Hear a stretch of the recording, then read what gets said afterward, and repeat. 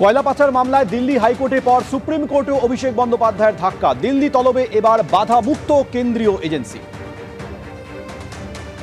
Supreme কোর্টের এই আদেশকে আমরা স্বাগত জানাচ্ছি এবং বাংলার মানুষ বহুদিন ধরে অপেক্ষা করে আছে কবে ভাইপো দিল্লি যাবে, এবং আমরা চাই যে ইডি ভাইপোকে ডাকুক, ডেকে তদন্ত করুক। আরজিকর কাণ্ডে বারবার পুলিশ কমিশনার বিনীত গোয়েলের পদত্যাগের দাবি উঠেছে, আর এবার মমতা বন্দ্যোপাধ্যায় তিনি বললেন যে পুলিশ কমিশনার নিজে বারবার তার কাছে গিয়েছিলেন পদত্যাগ করার জন্য। কি বলেছেন মুখ্যমন্ত্রী শোনাবো।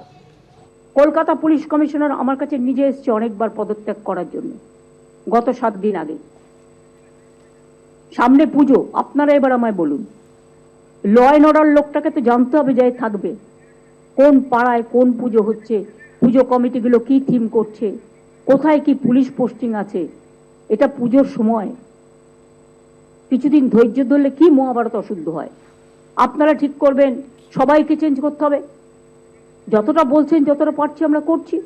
আপনি আমাকে 10টা ডিমান্ড দিতে পারেন, আমি 5টা করতে পারি, 5টা নাও করতে পারি।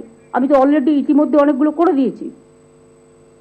কাজেই আপনাদের আমরা বলছি, পুলিশ ইভেন্ট সেদিন সঙ্গে সঙ্গে যেই কোর্ট নির্দেশ দিয়েছে সিবিআই, সব কাগজপত্র, ভিডিও রেকর্ডিং, এমনকি ডিএনএ টেস্ট সহ রিপোর্ট সহ সবকিছু হ্যান্ডওভার করেছে। আন্দোলনরত চিকিৎসকেরা বারবার দাবি তুলেছেন পুলিশ কমিশনারের পদত্যাগের। এই নিয়ে মমতা বন্দ্যোপাধ্যায় বললেন যে পুলিশ কমিশনার তার কাছে একাধিকবার এসেছেন পদত্যাগ করার জন্য। মুখ্যমন্ত্রীর এই বক্তব্য নিয়ে জুনিয়র চিকিৎসক অনিকেত মাহাতো কি বলছেন রাখবো আপনাদের সামনে। সিপির রেজিগনেশন কেন তিনি এখনো বসিয়ে রেখেছেন?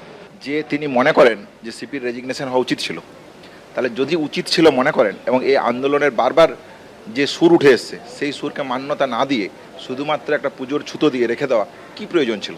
আমরা আশা করি স্বাস্থ্য ভবনে যে ঘুঘুর বাসা বসে আছে সেই বাসার প্রত্যেকটা জায়গাকে তারা কি জানতো না 2021 সাল থেকে 2022-23-এ কি ঘটনা ঘটছিল? তাহলে অ্যারেস্ট হওয়ার পর সাসপেনশন কেন? ডিসিপ্লিনারি অ্যাকশন নিয়ে সাসপেনশন নয় কেন? তাহলে সদর্থক ভূমিকার প্রয়োজন ছিল। সেই সদর্থক ভূমিকা না রেখে সুপ্রিম কোর্ট আজ যে রায় দিয়েছেন তাতে আমরা যেমন হতাশ, সেই রায়কে হাতিয়ার করে আন্দোলনকে ভাঙার যে সুপরিকল্পিত পরিকল্পনা, সেই পরিকল্পনাকে আমরা মনে করি এটা সাধারণ মানুষের জনমতের সাথে মেলে না। পুলিশ কমিশনার বিনীত গোয়েলের পদত্যাগের দাবিতে আজ বামেদের লালবাজার অভিযান, আর এই দাবিতে অনড় বামেরা। মীনাক্ষী মুখোপাধ্যায় কি বলেছেন শোনাবো। পুলিশ কমিশনারকে অপসারণ করতে হবে, পুলিশ কমিশনারকে অপসারণ করতে হবে। এই অপদার্থ পুলিশ কমিশনারকে রাখা যাবে না।